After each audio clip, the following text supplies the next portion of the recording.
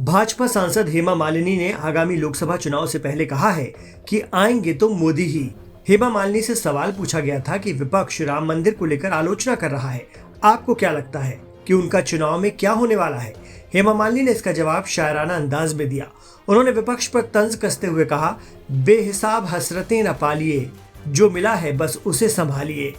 इसके आगे हेमा मालिनी ने जो कहा वो आप भी सुनिए। पुजारी हैं और बीजेपी वाले राम के व्यापारी हैं। बहुत हंसी आ रही है मुझे, और क्या बोलूं।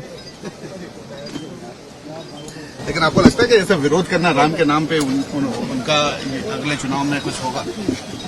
उनका क्या होगा? उनका कुछ नहीं होगा।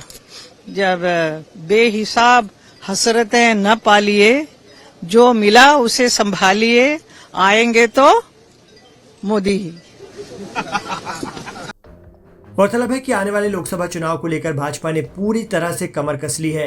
पीएम मोदी ने भी लोकसभा में संबोधन के दौरान अपने तीसरे कार्यकाल का जिक्र किया था। इसके अलावा उन्होंने ये भी कहा कि आने वाले लोकसभा चुनाव में भाजपा को 370 और एनडीए को 400 सीटें मिलेंगी। भाजपा काफी समय से अगले लोकसभा चुनाव में 400 सीटों की बात कह रही है। वहीं बीजेपी कांग्रेस के ऊपर लगातार हमलावर भी है। मोदी सरकार यूपीए के कार्यकाल के दौरान हुई आर्थिक अनियमितताओं के ऊपर व्हाइट पेपर लेकर आई है। इसको लेकर पीएम मोदी ने भी बयान दिया था। अपने इस बयान में पीएम मोदी ने कहा कि 2014 में श्वेत पत्र लाना उनके लिए राजनीतिक रूप से अनुकूल होता। उन्होंने कहा कि राजनीति ने मुझे ऐसा करने के लिए कहा, लेकिन राष्ट्र नीति ने मुझे ऐसा करने की अनुमति नहीं दी, इसलिए मैंने राजनीति के बजाय राष्ट्र नीति को चुना। और जब 10 वर्षों में स्थिति मजबूत हो गई है और हम किसी भी हमले का सामना कर सकते हैं, तब मैंने सोचा कि मुझे लोगों को सच बताना चाहिए और इसलिए मैंने संसद में श्वेत पत्र पेश किया।